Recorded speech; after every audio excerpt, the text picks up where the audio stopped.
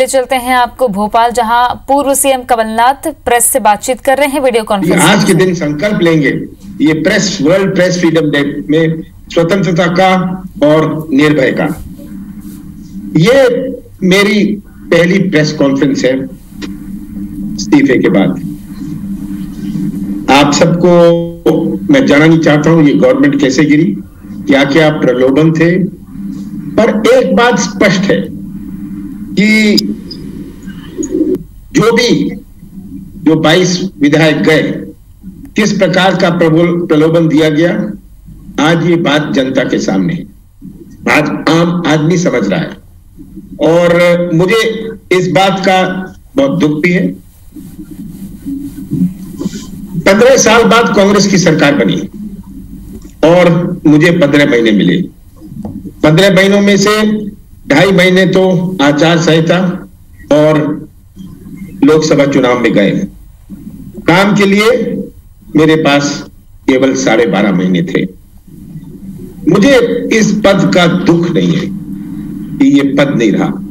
मुझे इस बात का दुख है कि मैंने योजनाएं शुरू करी थी वो आगे नहीं बढ़ पाई। जो मैं शुरू करना चाहता था वह शुरू नहीं हो पाई। ये मुझे इस बात का दुख है क्योंकि मध्य प्रदेश को मैं एक नई दिशा देना चाहता था और मैं चाहता था कि मध्य प्रदेश में विश्वास हुए, मध्य प्रदेश अपने देश का हॉर्टिकल्चरल राजधानी बने, हमारी कृषि क्षेत्र में नई क्रांति आए, हमारे जो मेट्रो था ये मेट्रो का काम तेजी से चले और ये चलना शुरू हुआ था। हमारे गौशाला का प्रोग्राम बड़ी तेजी से शुरू हुआ था, ये चल रहा था, ये भी इसका जो कंप्लीशन था नहीं था। एंटी माफिया मूवमेंट युद्ध जो हमने शुरू किया था, शुद्ध का युद्ध जो शुरू किया था, इन चीजों को मैं एक रास्ते पर लाना चाहता था। कहीं हम सफल हुए, कहीं हम असफल हुए, पर मेरे पास केवल 12.5 महीने थे। 15 साल बाद मेरा प्रयास था कि टेलीविजन की सरकार से एक विजन की सरकार बने और यह मैं सिद्ध करना चाहता था कि मुंह चलाने में और प्रदेश चलाने में बहुत अंतर है। हमारा क्या प्रयास था? आज मेरे से प्रश्न पूछे जाते हैं, 15 साल जो रहे प्रश्न पूछते हैं स्वास्थ्य सुविधा के बारे में, तरह तरह के प्रश्न पूछते हैं। मेरे पास तो केवल 15 महीने थे। जो 15 साल रहे वो 15 महीने का आज हिसाब मांग रहे हैं मेरे से। हमने शुरू किया था किसान फसल ऋण माफी योजना और इसकी बड़ी आलोचना हुई, पर ये आंकड़े स्पष्ट है। और फिर से मैं दोहराना चाहता हूं कि जिन किसानों का कर्जा माफ हुआ ये हवा में नहीं हुआ, ये कागजों में नहीं हुआ। हर किसान, उसका गांव, उसका टेलीफोन नंबर आज मौजूद है। ये सब इसके आंकड़े ये इंटरनेट पर है और आप में से भी जो चाहे इसको प्राप्त कर सकता है। पहले फेज में हमारा प्रयास था कि जो परफॉर्मिंग एसेट्स थे, जो चालू खाते थे, उनका 50,000 रुपए तक का माफ किया जाए। कितनी बड़ी चुनौती थी ये कर्ज माफ की। केवल कह देना कि कर्ज माफ हो जाएगा, इससे कर्जा माफ नहीं होता। कैसी प्रक्रिया अपनाई जाए, कैसे नियम बनाए जाए, और इसमें से कुछ बटे कुछ नहीं बटे क्योंकि कोविड आ गया। तीसरा फेज हम शुरू करने वाले थे 1 जून में, जहां जिनका जो डिफॉल्टर थे उनका पूरा कर्जा माफ हो गया था, पर जिनके चालू खाते थे 2 लाख रुपए तक का कर्जा माफ होता और इसमें 6 लाख किसानों का कर्जा और माफ होता। मुझे दुख है इस बात का कि हम ये पूरा नहीं कर पाए, पर हमारा संकल्प था और हमने ये घोषणा करी थी कि ये हो गया है और ये होने जा रहा है। और मैं उम्मीद करता हूं कि आज की मौजूदा सरकार हमारी किसानों के जो बचे हैं उन सब का कर्जा माफ करेगी। जो हमने अपने तीसरे किस्त में कहा था, 3rd फेज में कहा था, उन किसानों का भी कर्जा 1 जून से माफ करना शुरू करेगी, जिसमें 6 लाख किसान मौजूद हैं। हमने ये घोषणा करी थी कि 1 अप्रैल से 160 रुपए क्विंटल हम गेहूं का देंगे जो रजिस्टर्ड फार्मर्स हैं। इसमें 11,75,000 किसानों को लाभ होता। मैं उम्मीद करता हूं और निवेदन करता हूं आज की मौजूदा सरकार को कि इसकी पूर्ति ये करें। ये किसानों की क्रय शक्ति, ये किसानों की अर्थव्यवस्था में सुधार लाएगा। हमने घोषणा करी थी डीए की, 17% डीए हम 1 अप्रैल से देंगे और ये हमने 16 मार्च को ऑर्डर इशू किया था। इसकी कहानी तो आप जानते हैं, आज इसे रोक दिया गया है। आज हमारी सब्जी की फसल नष्ट हुई। महीने भर पहले हमारे जो निमाड़ मालवा में सब्जी है जो देश भर में जाती है, हमारे जो अन्य जिले हैं जहां देश भर में हमारी सब्जी जाती है, ये सब्जी नष्ट हुई कोविड के कारण। और इन किसानों की जिनकी फसल नष्ट हुई है, जिनकी एक फसल जो मेकअप नहीं हो सकती, ये प्रोडक्शन नहीं है, ये फसल है जो कभी मेकअप नहीं हो सकती, जिन किसानों का लागत भी वो नहीं आ पाया, इन किसानों का क्या होगा। अब गेहूं की खरीदी शुरू हुई और मुझे दुख इस बात का है कि अभी केवल 33% गेहूं की खरीदी हुई है और इसमें से भी जो बैंक का कर्जा था उनका, जो बाकी कर्जा था, वो उनसे वसूला जा रहा है। कोविड की बात में आए, ये आपने, मैं सोचता हूं आपको जानकारी दे दी गई है कि कोविड की हमने क्या क्या कार्रवाई शुरू करी। मैं इसको दोहराना चाहता हूं कि हमने 28 जनवरी से शुरू करी थी। आज शिवराज सिंह लंबी चौड़ी बातें कर रहे हैं, आलोचना कर रहे हैं। मैं तो पूछना चाहता हूं शिवराज सिंह जी से कि शिवराज जी, आप तो मजाक उड़ाते थे। आपने टेलीविजन में कहा था ये क्या कोविड है, ये तो एक बहाना है, ये तो एक मजाक है। इतना मजाक उड़ाया था शिवराज सिंह जी ने। हमने 28 जनवरी को शुरू करी थी। 31 जनवरी को हमने सब कलेक्टर्स को सूचित किया था कि इंस्ट्रक्शन शुरू करें, जब ये विश्व में भी एक पैंडेमिक नहीं घोषित हुआ था। 1 फरवरी को हमने गवर्नमेंट ऑफ इंडिया को रिक्वेस्ट करी थी कि virus research diagnostic laboratory of AIIMS को टेस्टिंग लेबोरेटरी बनाया जाए। 3 फरवरी को मैंने अखबारों में अपील करी थी और चीफ सेक्रेटरी को कहा था इसकी रिव्यू मीटिंग करें। हमने 4 फरवरी को कॉल सेंटर बनाया था जिसका 104 नंबर घोषित किया था। 12 फरवरी को हमने इंस्ट्रक्शन इशू करे थे कि आइडेंटिफाइंग, टेस्टिंग एंड सर्वेलेंस के। 23 फरवरी को हमने सब एपिडेमियोलॉजिस्ट को इंस्ट्रक्ट किया था कि अपने जिलों में वो टूर करना शुरू करें। 25 फरवरी को हमने इसमें और कार्रवाई बढ़ाई थी और हमने कहा था कि जो भी पैसेंजर्स आ रहे हैं विदेशों से, उनको क्वारंटीन में रखा जाएगा। 6 मार्च को आईफा जो होने वाला था, हमें तो पता नहीं था, किसी को नहीं पता था इतना गंभीर हो जाएगा। हमने आगे का सोचते हुए आईफा को कैंसिल किया। 7 मार्च को हमने सब सिविल सर्जन को एम्पावर किया कि वो डिस्ट्रिक्ट लेवल में जो एमपी पब्लिक हेल्थ एक्ट है उसके अंतर्गत उसको पावर दी जा रही है। 11 मार्च को हमने और लैब्स को आइडेंटिफाई किया जो कोरोना टेस्ट कर सकते हैं। गवर्नमेंट हॉस्पिटल कौन से कर सकते हैं, मैं खुद मीटिंग करी 5 और 13 मार्च। और भारतीय जनता पार्टी तो पार्लियामेंट चला रही थी 23 मार्च तक, गवर्नमेंट गिराने का प्रयास कर रही थी, मजाक उड़ा रही थी। ये भारतीय जनता पार्टी कर रही थी और आज शिवराज जी चिल्ला के कहते हैं कि हमने क्या किया। कितनी बड़ी चुनौती इस कोविड से हुई है, कितनी बड़ी चुनौती इस कोविड से हुई है। आज हमारे अर्थव्यवस्था प्रदेश की चौपट है, देश की तो चौपट है। मैं देश की बात नहीं करना चाहता हूं, हमारी आर्थिक गति घटी है। आज जो मजदूर होए, जो छोटा व्यापारी होए, जो छोटा दुकानदार होए, हमारे उद्योग से जुड़े हुए जो ट्रक हैं, जो बस हैं, जो ढाबे हैं, ये आर्थिक गतिविधि कैसे इतनी कम हुई है। और इसका क्या प्रभाव पड़ेगा पूरे प्रदेश में अगले 1-2 सालों में। हमारे कितने लाखों करोड़ों हमारे नौजवान जो आज बेरोजगार घूम रहे हैं। मैं तो रोजगार की बात करता था, मैं तो बात करता था कि किस प्रकार हम मध्य प्रदेश में एक विश्वास उत्पन्न करें, हम मध्य प्रदेश का एक नया चेहरा बनाएं। आज ये अर्थव्यवस्था और आर्थिक गतिविधि जो चौपट हुई है, ये बहुत बड़ी चुनौती है। जो सैलरीज और वेजेस हैं, जो तनख्वाह है, जो मजदूरों की तनख्वाह है, जो छोटे छोटे कर्मचारी हैं हर कंपनी में, हर व्यापार में, आज गवर्नमेंट इनकी तनख्वाह दी। केंद्र सरकार ने बड़ी घोषणाएं करी है। घोषणाएं की राजनीति बहुत आसान होती है, ये टेलीविजन की राजनीति बहुत आसान होती है। जो घोषणाएं करी है, इसका क्रियान्वयन, इसकी डिलीवरी कैसे होगी, ये आज चुनौती है हमारे सामने। आज हमारे जो बिजली के बिल है, पानी के बिल है, इनको हम अगले 3 महीने तक माफ करें।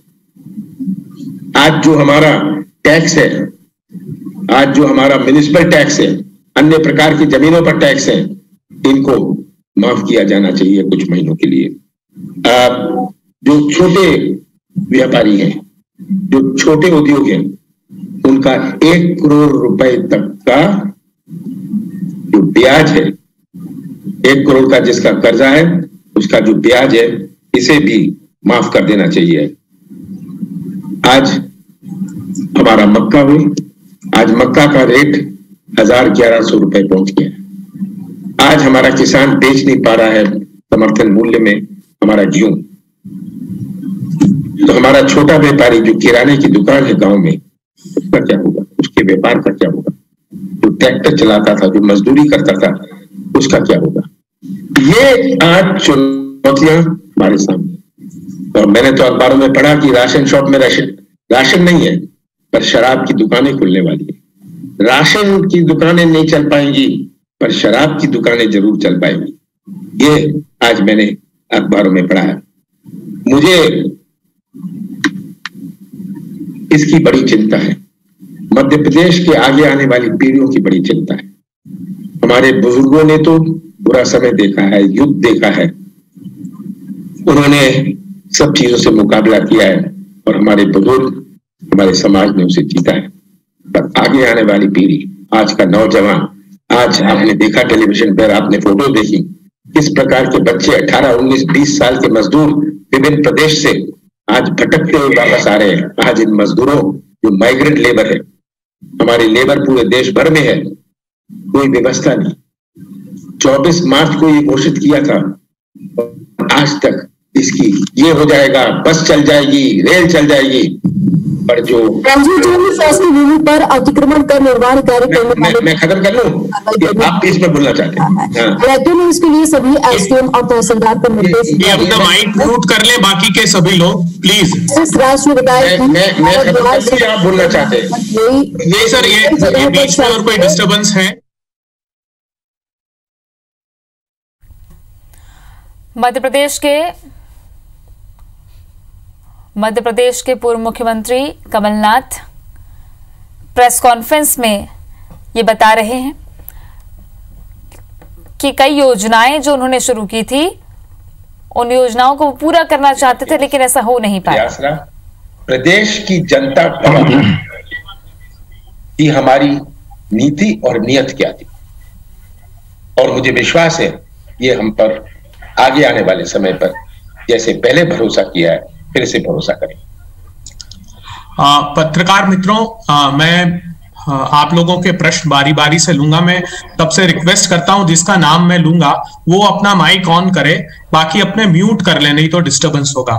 मैं सबसे पहले आईबीसी से आमंत्रित करता हूं वत्सल जी को, वो स्क्रीन पर हैं। अभय जी और उनका प्रश्न। क्या मैं अपना सवाल पूछ सकता हूँ? हाँ वत्सल जी पूछिए, आप सुन पा रहे हैं। सर, आज से 2 साल पहले आप प्रदेश कांग्रेस अध्यक्ष बने, हमने देखा कि किस तरीके से पार्टी ने मेहनत की और 15 साल बाद सरकार बनी। सर, आज से 2 साल पहले आप प्रदेश कांग्रेस अध्यक्ष बने, हमने देखा कि किस तरीके से पार्टी ने मेहनत की और 15 साल बाद सरकार बनी। लेकिन आज जब हम स्थिति देखते हैं तो फिर वही स्थिति है। लेकिन 15 महीने आपकी 12.5 महीने जो आप कह रहे हो वो सरकार है, आपको क्या वजह लगती है? क्या विधायकों को नजरअंदाज किया गया, भरोसा किया गया? क्या वजह थी कि जो सरकार जो थी वो सस्टेन नहीं कर पाई पूरे 5 साल तक, जबकि आपका विजन बहुत क्लियर था, आपने जो अभी हमको बताया सर? जो 22 विधायक गए, आप क्या उम्मीद करते हैं कि वो क्या कहेंगे कि हम इस प्रलोभन में गए, हमें ये टेम्पटेशन था, हमारे से ये सौदा किया हुआ, क्या ये बताएंगे? या कहेंगे कि हम सरकार से संतुष्ट नहीं थे? एक एक विधायक की सूची मेरे पास है, कितने पत्र लिखे उनकी सूची मेरे पास है, उनके क्या कार्य हुए उसकी सूची मेरे पास है। पर आप क्या उम्मीद करते हैं कि वो आपको बताएंगे इस सौदे में ये गए?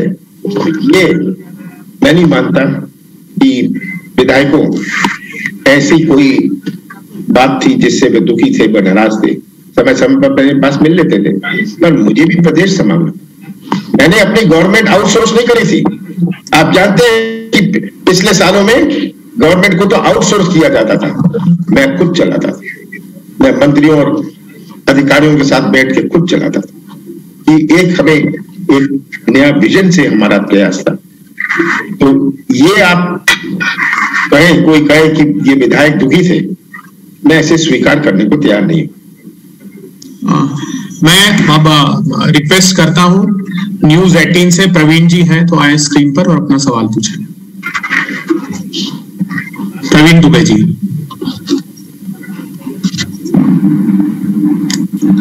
प्रवीण जी सुन पा रहे हैं? हाँ सुन पा रहे हैं, क्लियरली सुन पा रहे हैं। पूछिए आपका सवाल। जी, मेरा सवाल कमलनाथ जी केवल ये है कि ये कोविड को लेकर जो गवर्नमेंट कर रही है, जितनी भी काम अभी तक उसने किए, इसे आप ठीक मानते हैं, गलत मानते हैं? आपके हिसाब से कहाँ चूक कर रही है गवर्नमेंट? और दूसरा ये कि यदि सरकार आपकी होती तो इस महामारी से निपटने के लिए आपके स्टेप क्या होते? सबसे पहले तो मैं कहना चाहता हूं कि शिवराज जी ने 23 मार्च को कहा कि कोई टेस्टिंग नहीं हुई। या तो उनको जानकारी नहीं, या तो ये बात बिल्कुल झूठ है। पहला टेस्ट 19 मार्च को निर्थ में हो गया था। आज जो डिले हुआ है टेस्टिंग में, आज कैसी टेस्टिंग हुई? टेस्टिंग रिजल्ट 10 दिन बाद होता है। 10 दिन में जिसको कोरोना नहीं होता है उसको अस्पताल में हो जाता है, जिसको कोरोना हो गया होता है उसकी मृत्यु हो जाती है।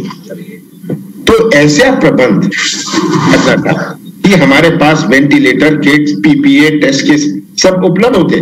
मैं तो एक साफ प्रश्न पूछता हूं इस गवर्नमेंट से, ये घोषित करें कि कितनी प्रोक्योरमेंट हुई है 24 मार्च से लेके आज तक, वेंटिलेटर की, किट्स की, पीपीई की, टेस्ट किट की उन्होंने उपलब्ध कराई है। आज कौन से हमारे ग्रामीण क्षेत्र में, कौन से हमारे कस्बों में टेस्टिंग हो रही है? ये टेस्टिंग जो है इसको भी दबाया जा रहा है। ये टेस्टिंग दबाया जा रहा है। कोई टेस्ट मत करो तो कोई कोरोना नहीं, ये इनका प्रयास है। तो आज भोपाल, इंदौर, जबलपुर, बड़े बड़े शहर ले लें और गिने चुने जिलों के मुख्यालय ले लें, वहां कुछ जो फंस गया, जो बीमार हो गया उसकी टेस्टिंग करा ली। पर कौन सी व्यवस्थित टेस्टिंग सब जिलों में हो रही है, कस्बों में हो रही है, ब्लॉक में हो रही है? ये करना बहुत आवश्यक है, क्योंकि कोविड जिस तरह फैलता है ये साधारण नहीं है, ये साधारण फ्लू नहीं है। तो ये कितनी कमी रही है। और अगर हम गवर्नमेंट में होते, जो आपका प्रश्न है, सबसे पहले हमारा प्रयास रहता कि जो वेंटिलेटर है, किट्स है, पीपीई है, टेस्टिंग किट्स है, हम इसे खरीदते, हम इसे उपलब्ध करते और उनको उपलब्ध करके जिले जिले में डालते। आज प्रश्न भोपाल, इंदौर, जबलपुर और बड़े शहरों का नहीं है, आज कस्बों का है, आज गांव का है। जितने सारे मजदूर वापस आ रहे हैं, इन्फेक्शन लेके आ रहे हैं, अपने गांव में जा रहे हैं, उनका क्या होगा?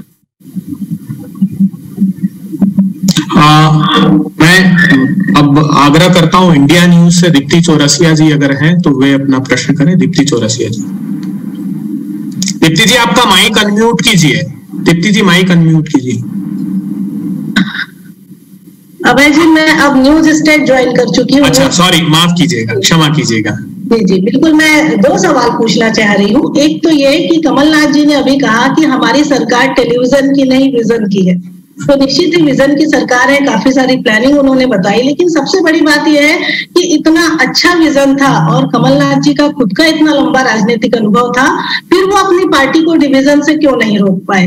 और मेरा दूसरा सवाल यह है कि डिवीजन की एक बहुत बड़ी वजह कहीं ना कहीं ये मानी जा रही थी कि जो कांग्रेस अध्यक्ष पद को लेकर थी कि कौन चाह रहा था और कौन नहीं चाह रहा था, तो अब ये पद किसके पास होगा? क्या कमलनाथ जी खुद अपने पास रखेंगे? जहां तक पहले आपका दूसरा क्वेश्चन में पहले आंसर कर दूं कि जैसे ही नियुक्ति हो जाएगी दूसरे अध्यक्ष की, मैंने तो लोकसभा चुनाव के बाद कांग्रेस अध्यक्ष को कहा था कि मैंने अब दूसरा अध्यक्ष बना दिया जाए, मुझे यहाँ रहने में दिलचस्पी नहीं है। पर अब जो परिस्थितियां हैं, अब हमारे पास 24 उपचुनाव है, कोविड है, इसमें क्या फैसला दिल्ली से होता है हमारी कांग्रेस अध्यक्ष करती है, ये आगे आने वाला समय बताएगा। आपने कहा अनुभव का, मुझे अनुभव था राजनीति का, मैं बहुत सारे पदों में रहा हुआ हूं, पर मुझे अनुभव इस सौदे का, प्रलोभन का नहीं था। मुझे अनुभव इस प्रकार की महत्वाकांक्षा का नहीं था, किसी व्यक्ति की महत्वाकांक्षा का नहीं था। ये इस प्रकार की राजनीति से मैं कभी नहीं जुड़ा था, तो ये मेरे लिए एक आश्चर्यजनक बात थी। और बीजेपी ने जो ये अपनाई, एक एक करके मेरे से तो विधायकों ने बात करी। जब ये बेंगलोर में थे, कितने विधायकों ने, मैं भूलना नहीं चाहता, उन्होंने बात करी और मुझे बताया किस प्रकार का प्रलोभन है, मुझे बताया कि ये है। मैंने कहा जो आप ठीक समझते हैं आप कर लीजिए। दैनिक भास्कर से हमारे साथ अनिल गुप्ता जी हैं, दैनिक भास्कर से।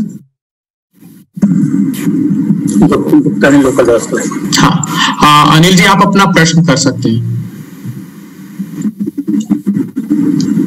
हेलो, मेरी आवाज आ रही है आप तक? आप श्रीवास्तव जी, अच्छा चलिए ठीक है, दैनिक भास्कर जबलपुर से। चलिए अनिल जी आप पूछ लीजिए। मेरा प्रश्न ये है कि प्रदेश के पूर्व 2 मंत्रीगण, एक तो सज्जन सिंह वर्मा और दूसरे पीसी शर्मा ने ये कहा था, सार्वजनिक बयान दिया था कि कमलनाथ ही नेता प्रतिपक्ष होंगे, क्या ये सही है?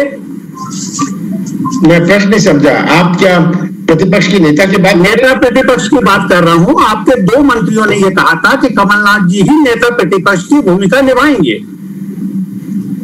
अभी ये तय नहीं हुआ है, ना तो कोई विधानसभा है, ना कोई विधानसभा चलने की कोई संभावना है। ये बात हमारे कांग्रेस अध्यक्ष तय करेंगी जब ये समय आएगा। अभी जब इसकी कोई चर्चा नहीं हो रही, कोई बात नहीं उठ रही, विधानसभा नहीं चल रही, तो सबकी अपनी अपनी राय होती है और सब अपनी राय प्रस्तुत करते हैं जो उन्होंने करी है। बंसल न्यूज से हमारे साथ शरद द्विवेदी जी हैं। शरद जी आप अपना प्रश्न कीजिए।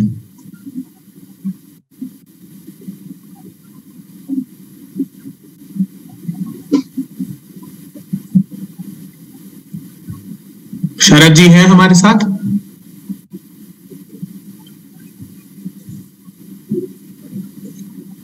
शरद जी? हाँ, शायद कोई टेक्निकल इशू है। मैं तब तक रिक्वेस्ट करता हूं, जी न्यूज से हरीश दिवेकर जी हैं हमारे साथ, वे अपना प्रश्न करें।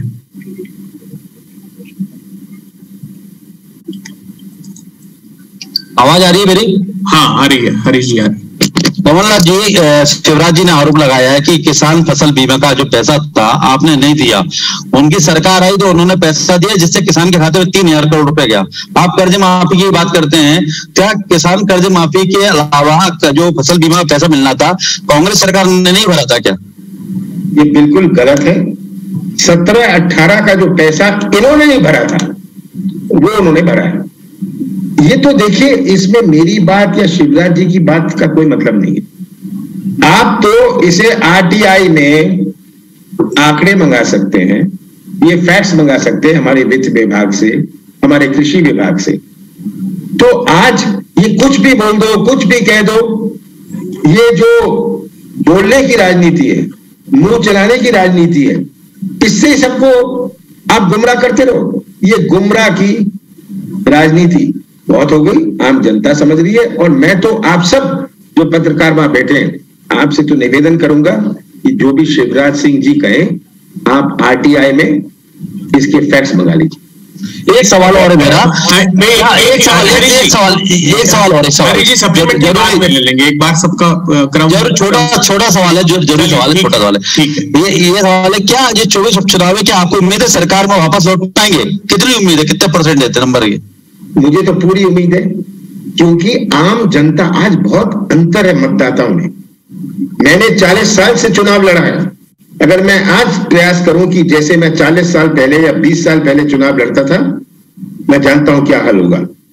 आज मतदाताओं में बहुत जागरूकता है, आज मतदाताओं में बहुत समझ है, आज मतदाता चुप रहते हैं, सब समझते हैं। और ये बात साबित हुई, ये बात महाराष्ट्र में साबित हुई, हरियाणा में साबित हुई, झारखंड में साबित हुई कि ये गुमराह हम नहीं होने वाले।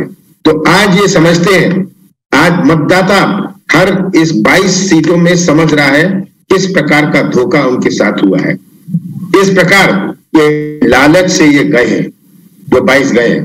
और जीतने तो छोड़िए, इनको मुंह तोड़ जवाब मिलने वाला है। और मुझे विश्वास है कि जो 22 ये चुनाव है, 24 उपचुनाव है, 2 तो हमारे विधायकों की मृत्यु के कारण है, पर 22 जो छोड़ के गए, आज इनका क्या हाल हो रहा है। सोशल मीडिया देखिए, आप गांव-गांव में जाके पता चलाइए, आपकी भी टीम हर जिले में है, कि इनके बारे में क्या कहा जा रहा है, और आपको परिणाम क्या होगा ये स्पष्ट हो जाएगा।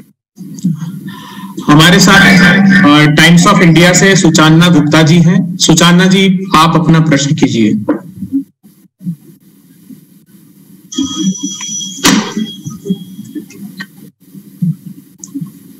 सुचान्ना जी हैं हमारे साथ?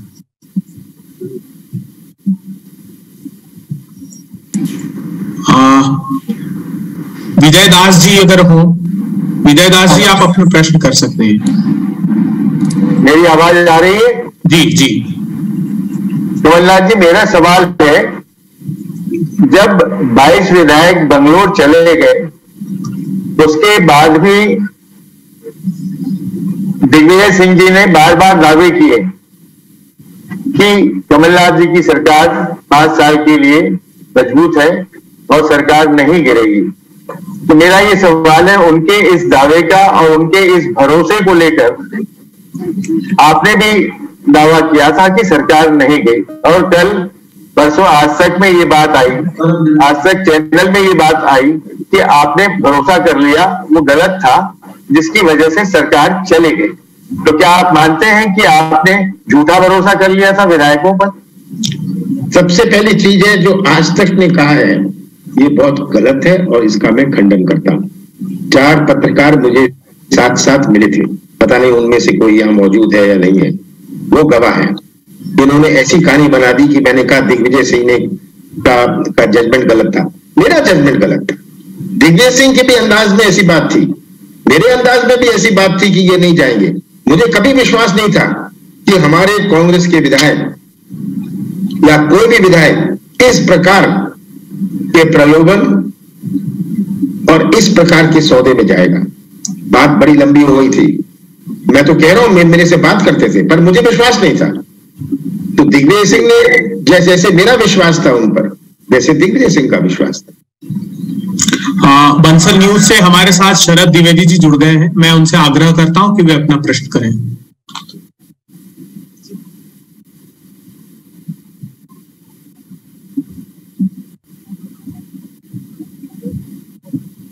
शरद जी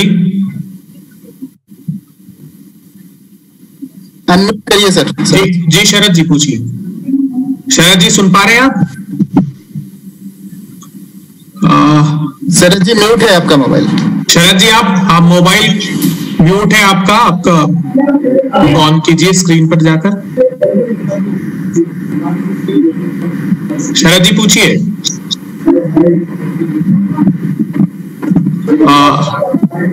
मैं तब तक नवीन पुरोहित जी हैं IND24 से, नवीन पुरोहित जी हैं हमारे साथ, अब है उनको ले लीजिए आप तब तक। आपको मेरी आवाज आ रही है सर? हाँ, आ रही है, क्लियरली आ रही है। सर, मेरा प्रश्न ये है कि 15 सालों के बाद जब भारतीय जनता पार्टी की सरकार गई तो शिवराज जी के अंदर एक कॉन्फिडेंस दिखा कि टाइगर जिंदा है, टाइगर विल बैक, वापस आएगा। जो भी आधार रहा हो, सरकार उनकी वापस आ गई।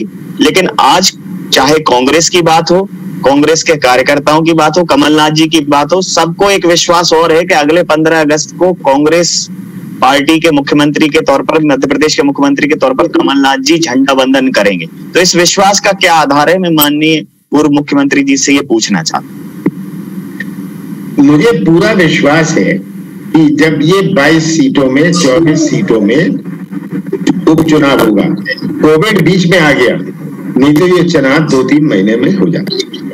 ये चुनाव जैसे ही होते हैं उसके बाद स्पष्ट हो जाएगा कि मध्य प्रदेश की जनता क्या चाहती है, क्या आंकड़े, ये आंकड़े से आप भी जानते हैं।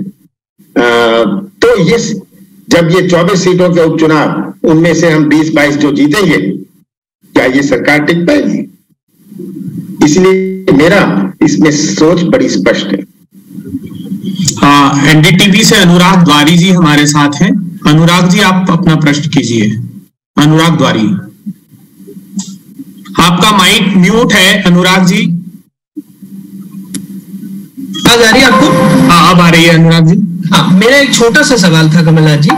जो आपका मंत्रिमंडल था उसका चयन आपने किया था, तो जो उसमें मंत्री थे, मेरा खास करके एक सवाल जो स्वास्थ्य मंत्री है तुलसीराम सिलावट जी, उनको लेकर के है, क्योंकि ग्लोबल पैंडेमिक ये 11 मार्च को घोषित WHO ने कर दिया था, लेकिन आहट कोरोना की बहुत पहले आ गई थी। अब उन्होंने पाला बदला, उन्होंने क्या तैयारी की? जाहिर सी बात है, जब उनके मंत्री थे तो इसके मंत्रिमंडल के मुखिया के तौर पर वो जिम्मेदारी आपकी भी थी, आपके स्वास्थ्य मंत्री की भी थी। ये ठीक है कि बीच में सारा नाटक शुरू हो गया, राजनीतिक उठापटक शुरू हो गई और 23 तारीख को शिवराज जी ने शपथ ली। लेकिन हम ये जानना चाहते हैं कि क्या जब इसकी आहट शुरू हो गई थी, क्योंकि हम सब जानते हैं कि 47,000 लोगों पर यहाँ पर मध्य प्रदेश में एक वेंटिलेटर है, 74,000 लोगों पर एक ICU का बेड है, तो जब आपकी 1.5 साल की सरकार थी और जब ये कोरोना की आहट शुरू हो गई, तब आपकी सरकार ने क्या प्रोक्योरमेंट किया था? और क्या आप मानेंगे कि बतौर स्वास्थ्य मंत्री तुलसीराम सिलावट को लेना बड़ी भूल थी? देखिए, किसको लेना किसको नहीं लेना ये तो अब बीती हुई बात है, पर ये मैं कहना चाहता हूं, ये तो WHO ने इसकी घोषणा करी 12 मार्च को कि ये पेंडेमिक है। उसके पहले तो मैंने तैयारी शुरू कर ली थी कि किसको अंदाज था, क्या आपको अंदाज था कि ये गंभीरता हो जाएगी? पर हमने कार्रवाई शुरू कर दी थी और 10 मार्च को तो ये बेंगलोर चले गए। तुलसी सिलावट की आप बात कर रहे हैं, 10 मार्च को या 9 मार्च को ये बेंगलोर चले गए। उनको चिंता नहीं थी, उनको जानकारी थी, वो उनका विभाग था। पर मैंने बताया क्या बात थी, क्या कारण था। तो उसके बाद भी मैंने 12 मार्च और 13 मार्च की इसकी अलग अलग मीटिंग करी। जब ये मुझे चिंता हुई, जब WHO ने इसे पेंडेमिक डिक्लेयर कर दिया, एक तरफ लोकसभा चल रही थी, एक तरफ राजस्थान, छत्तीसगढ़ और अन्य प्रदेश, उड़ीसा प्रदेश अपनी विधानसभा को स्थगित कर रहे थे। और जब 16 मार्च को हमारे स्पीकर ने, प्रजापति जी ने कहा कि ये कोरोना के कारण मैं स्थगित कर रहा हूं 26 मार्च तक, तो कितना मजाक उड़ाया। तो हमने प्रयास शुरू कर दिए थे, और अगर ये डिस्टर्बेंस नहीं हुआ होता, ये व्यवधान नहीं हुआ होता, तो हम इसमें आगे बढ़ते। पत्रिका से हमारे साथ अरुण चौहान जी हैं। अरुण जी, आप अपना प्रश्न कीजिए। सर, अरुण तिवारी है उधर में। अच्छा, अरुण तिवारी कर दूं? और अच्छा, ठीक है। उधर नहीं, अरुण जी मैं जानता हूँ, मुझे अरुण चौहान जी लिखाया था, इसलिए मैं ठीक है। अरुण तिवारी जी हमारे बहुत अच्छे मित्र और वरिष्ठ पत्रकार हैं। पूछिए आप अरुण जी।